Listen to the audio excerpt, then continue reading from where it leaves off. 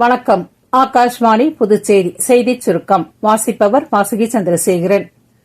6வது உலகளாவிய ஃபின்டெக் விழாவை மத்திய நிதியமைச்சர் திருமதி நிர்மலா சீதாராமன் இன்று மும்பையில் தொடங்கி வைக்க உள்ளார். செயற்கை நுண்ணறிவால் இயக்கப்படும் சிறந்த உலகத்திற்கான நிதியை மேம்படுத்துதல் என்பது இந்த ஆண்டு விழாவின் கருப்பொருளாகும். இந்நிகழ்ச்சியில் பிரதமர் திரு நரேந்திர மோடியும் இங்கிலாந்து பிரதமர் திரு கெய்ர் ஸ்டார்மரும் வரும் வியாழக்கிழமை உரையாற்ற உள்ளனர்.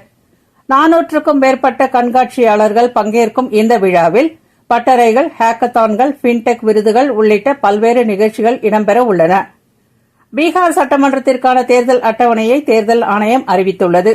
நேற்று புதுடில்லியில் செய்தியாளர்களை சந்தித்து பேசிய தலைமை தேர்தல் ஆணையர் திரு ஞானேஷ்குமார், 243 உறுப்பினர்களை கொண்ட பீகார் சட்டமன்றத்திற்கான தேர்தல் நவம்பர் 6 மற்றும் 11 ஆகிய தேதிகளில் 2 கட்டங்களாக நடைபெறும் என்று தெரிவித்தார்.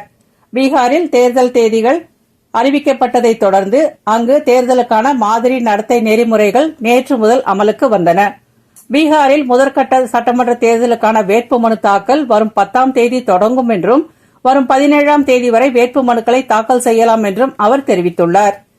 விண்வெளி மற்றும் பாதுகாப்பு தொழில்களுக்கான சர்வதேச வணிக மாநாடு இன்று தொடங்கி வரும் 9ஆம் தேதி வரை சென்னையில் நடைபெறுகிறது. தமிழக முதலமைச்சர் திரு மு க ஸ்டாலின் இம்மாநாட்டை தொடங்கி வைக்க உள்ளார்.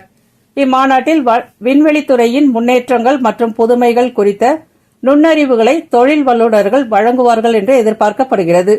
புதுச்சேரியில் பான்டெக்ஸ் நிறுவனத்தின் தீபாவளி கைத்தறி கண்காட்சி மற்றும் விற்பனையை முதலமைச்சர் திரு ரங்கசாமி நேற்று தொடக்கி வைத்தார்.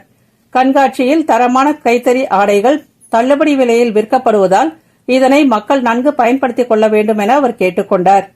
உலக ஜூனியர் பேட்மிண்டன் சாம்பியன்ஷிப் போட்டியில் இந்தியா தனது முதல் ஆட்டத்தில் நேபாளத்தை 45-18, 45-17 என்ற கணக்கில் வீழ்த்தி வெற்றி பெற்றது. இத்துடன் இந்த செய்திச் சுருக்கம் நிறைவு பெறுகிறது.